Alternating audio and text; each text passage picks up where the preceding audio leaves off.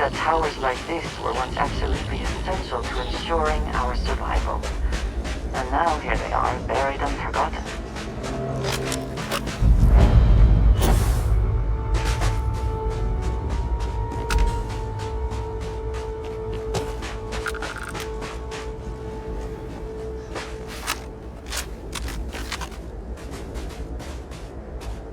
Perhaps an elevator will allow us to access what lies beneath all this dust.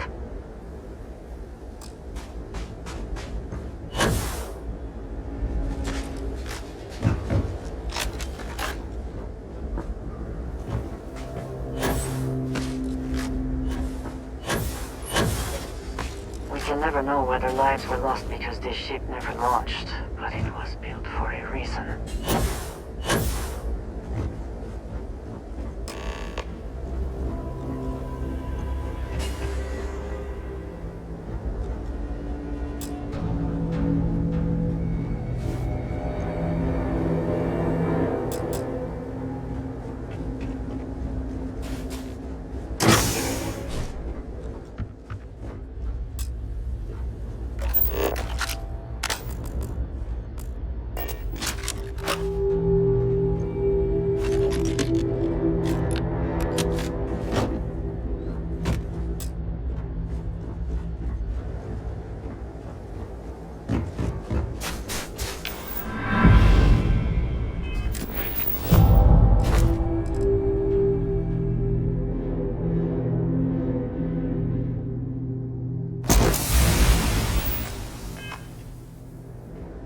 Dangerously low temperatures here.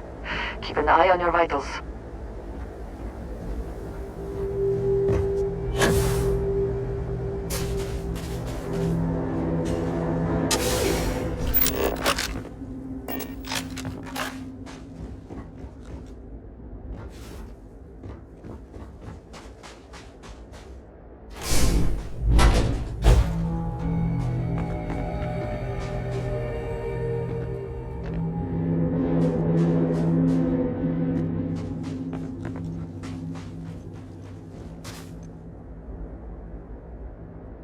This work would not have been done if the ship had not meant to launch. A shame.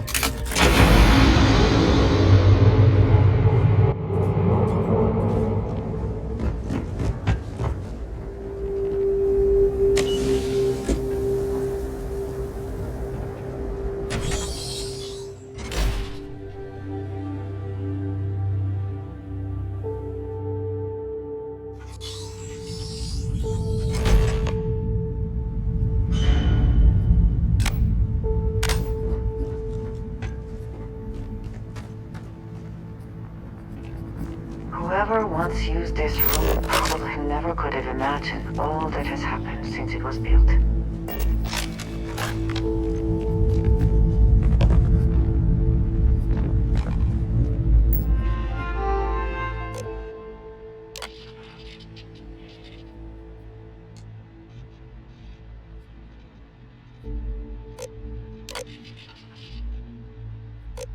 Station log. Dr. Judith Tatienne. The recent delivery from Mars is unsettling. I was expecting rock sample. Station log. Dr. Judith Tatienne. I've been trying to cozy up to Dr. Isa. Station log. Dr. Judith Tatienne. I have never been so nervous since I defended my dissertation. Station log. Dr. Judith Tatienne. I have never been so nervous since I defended my dissertation. 4 hours talking to Victor and his team about theoretical metals, atomic bonding, even a half-hour divergence into magnetism that I'm pretty sure was to throw me off the trail of what we were actually talking about. Then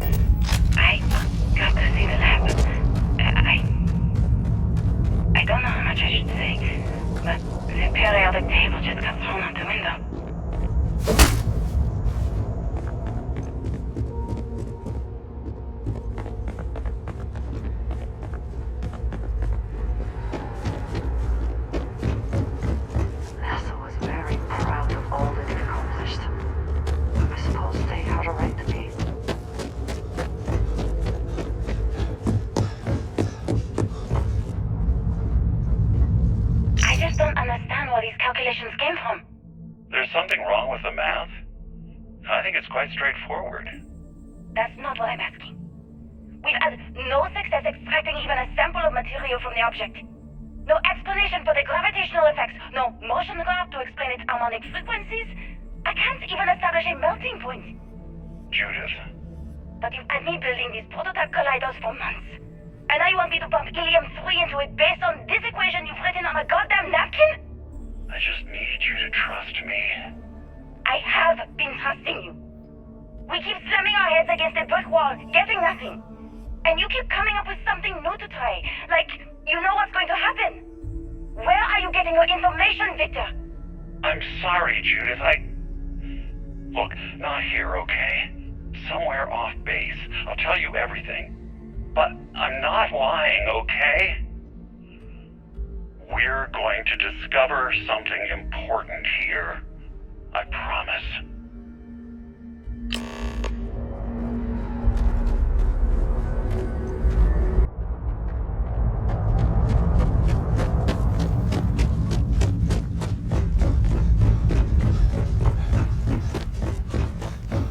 Looks like early testing for planetary habitats.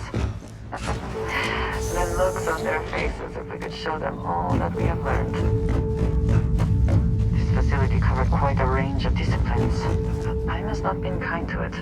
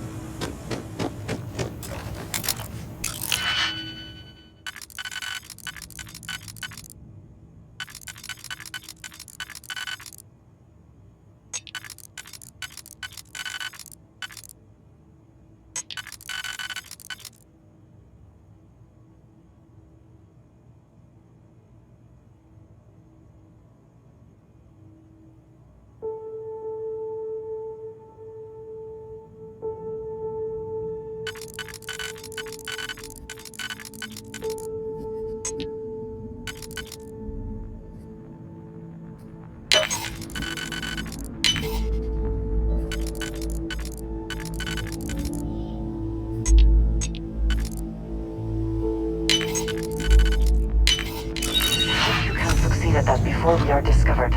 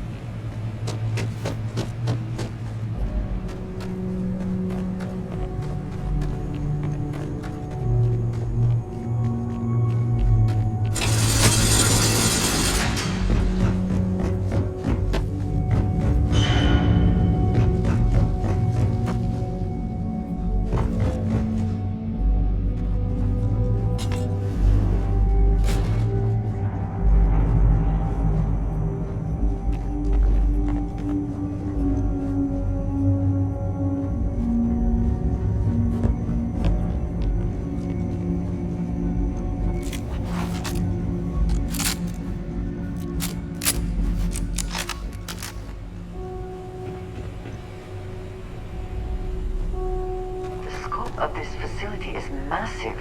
I wonder how many knew how big it really was.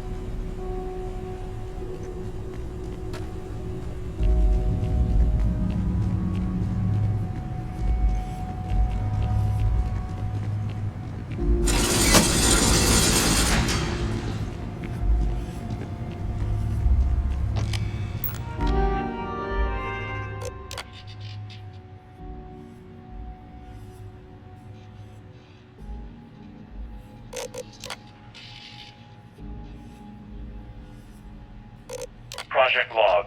Dr. Victor Isa. We turned on the prototype today. The gravitational field around it began to fold as we long suspected. Complete reversal of gravitational pull was observed on dozens of loose objects around the lab. I'm setting up a meeting with the directors to propose a larger test. The prototype proves we don't need the original anymore, but further work is going to have to take place in space. Somewhere with abundant helium-3 and with a civilian partner. Someone with access to large-scale manufacturing resources and computational equipment. Engineering gravitational folds pulling the far side of the solar system closer to us. It's all going to be possible. Project Log. Dr. Judith Tatian. I watched the gravjet tests from the moon today. It was the first time we were able to talk to the team at Nova Galactic directly. So many things were under wraps before, but now everyone wants all the publicity they can get. I'm already seeing proposals for manufacturing androids of drives, expeditions to Alpha Centauri and beyond. It's also overwhelming and worrying. It could take years. Decades before we know what all the side effects of operating a grav drive can be. But no one wants to hear that right now. Like a bunch of pioneers racing towards the edges of the frontier without knowing about the grizzly bears in the mountains.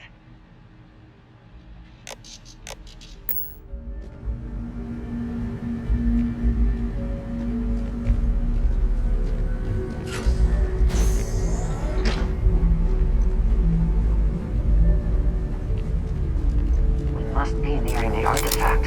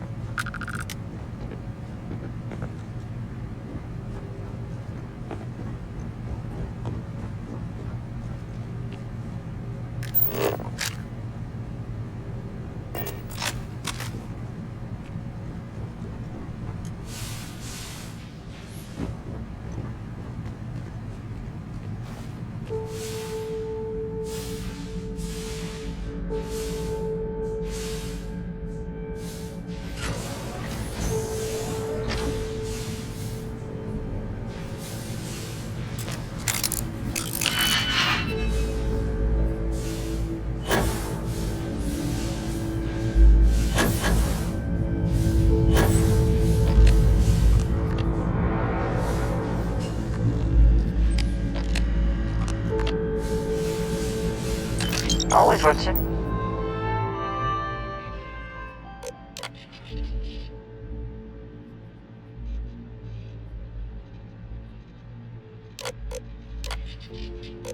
I never actually got to visit your labs back when we were working on the grav drive projects.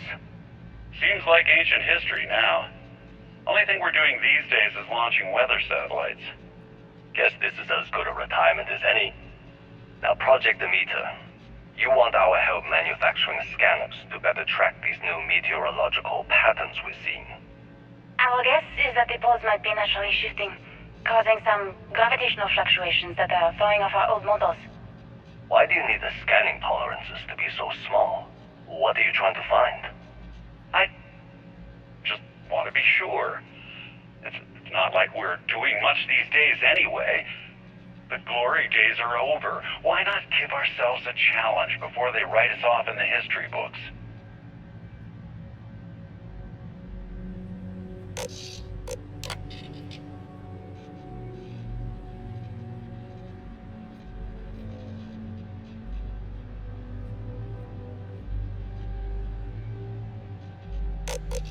I know what I'm seeing, Victor.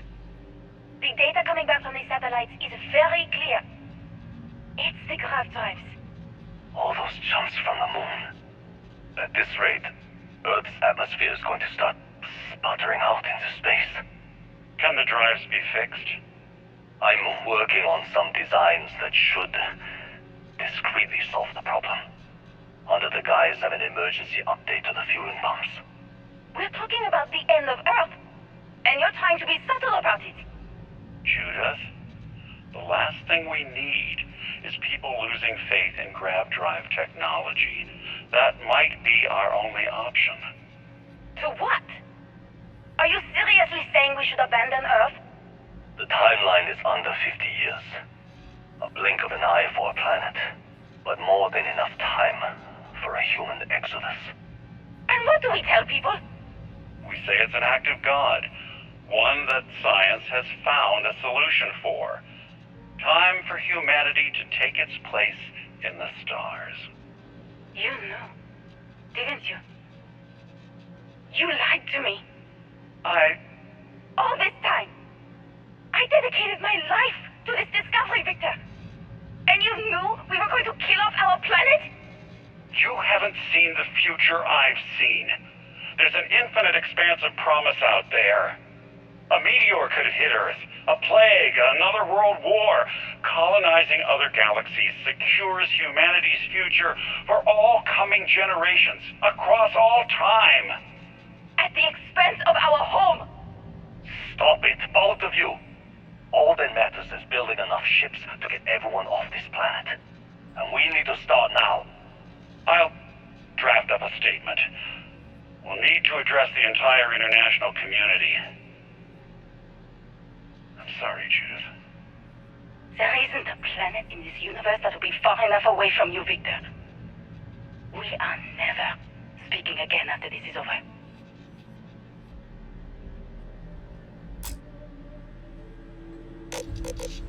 I know what I'm seeing, Victor.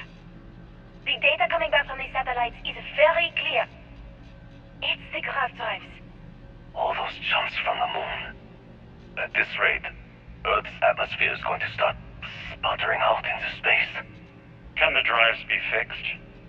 I'm working on some designs that should discreetly solve the problem, under the guise of an emergency update to the fueling pumps. We're talking about the end of Earth, and you're trying to be subtle about it. Judith, the last thing we need is people losing faith in grav drive technology. That might be our only option. To what? Are you seriously saying we should abandon Earth? The timeline is under 50 years. A blink of an eye for a planet, but more than enough time for a human exodus. And what do we tell people? We say it's an act of God, one that science has found a solution for. Time for humanity to take its place in the stars. You knew, didn't you? You lied to me. All this time, I dedicated my life to this discovery, Victor. And you future I've seen. There's an infinite expanse of promise out there. A meteor could hit Earth, a plague, another world war. Colonizing other galaxies secures humanity's future for all coming generations, across all time. At the expense of our home! Stop it, both of you. All that matters is building enough ships to get everyone off this planet. And we need to start now. I'll draft up a statement. We'll need to address the entire international community. I'm sorry, Judith. There isn't a planet in this universe that will be far enough away from you, Victor. We are never speaking again after this is over. My name is Dr. Victor Isa. And if you're listening to this, then you probably already know the truth. I was young when I first headed the retrieval team of an odd gravitational anomaly on Mars. But I kept what really happened that day hidden from everyone except one other person. Even she didn't believe me at first. But I have no reason to lie to anyone now, so I hope you'll accept this confession, whoever you are. When I touched the anomaly, I experienced 12 days of lost time. I met myself. He told me everything that has since come true. The grav drive equations, the tests on the moon, Earth's atmosphere sputtering away because of what we had done. But he also told me about a city thriving on a planet orbiting a distant star. Human culture, art, music, lifestyles evolving and shining brightly across all of space. What price would I be willing to pay for that future? Maybe you don't believe me. Maybe Judith was right and I'm just a coward who wants to believe his mistakes were justified. But everyone has forgotten about the real origins of the grav drive, this artifact from Mars. I hope you make better use of it than I did.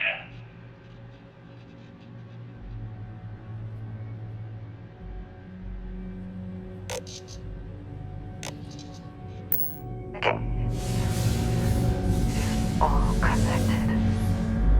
The artifacts, grav drives, our very existence here in the settled systems. How did we all see from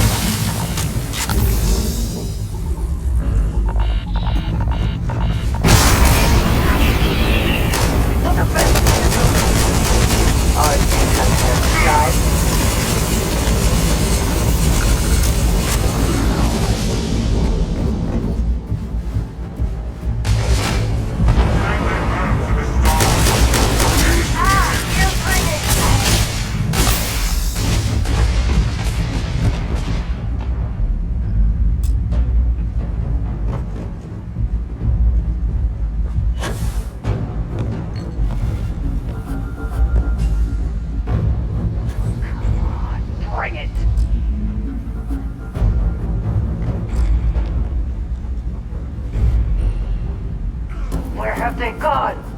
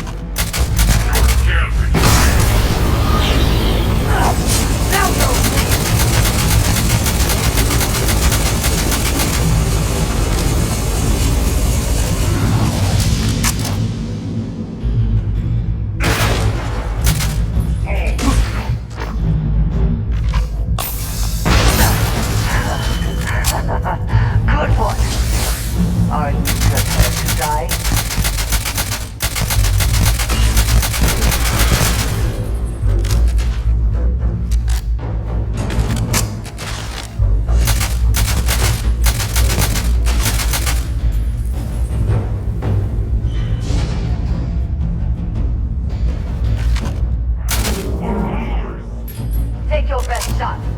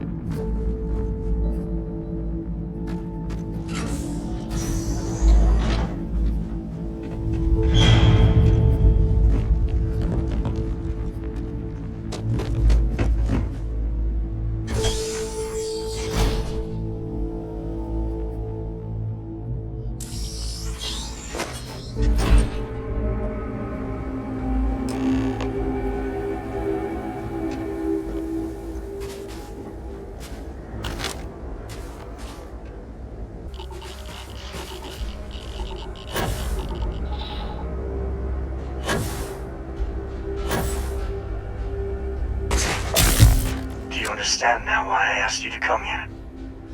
The artifacts unlocked the secret of interstellar travel at the cost of Earth. An easy trade, honestly. Why have one world when you can have all the settled systems?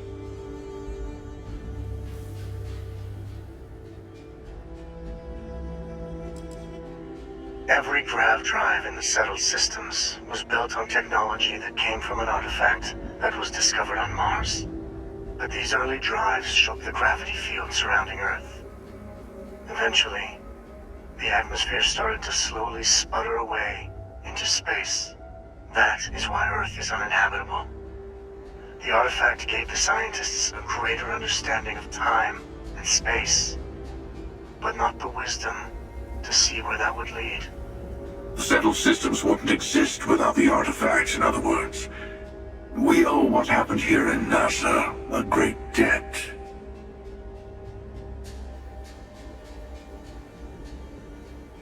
Assuming we weren't going to lose it anyway. War, disease, famine, all the classics. Don't you see? The power of the artifact forced humanity to the stars. They didn't get to make a choice. How many would have chosen Earth? What gave Victor Isa the right to choose for them? You see the hypocrisy in what the emissary is saying, right? They don't want to rob people of their free will, but then they steal the artifacts for themselves. In the wrong hands, the power of the artifacts can make anyone a tyrant. That is why we watch over them. The only thing you are watching out for is yourself. Don't be a fool. The emissary and I may have our differences, but you do not want to give us a common enemy. For once, he is right. Don't do this. We can collect the final pieces together.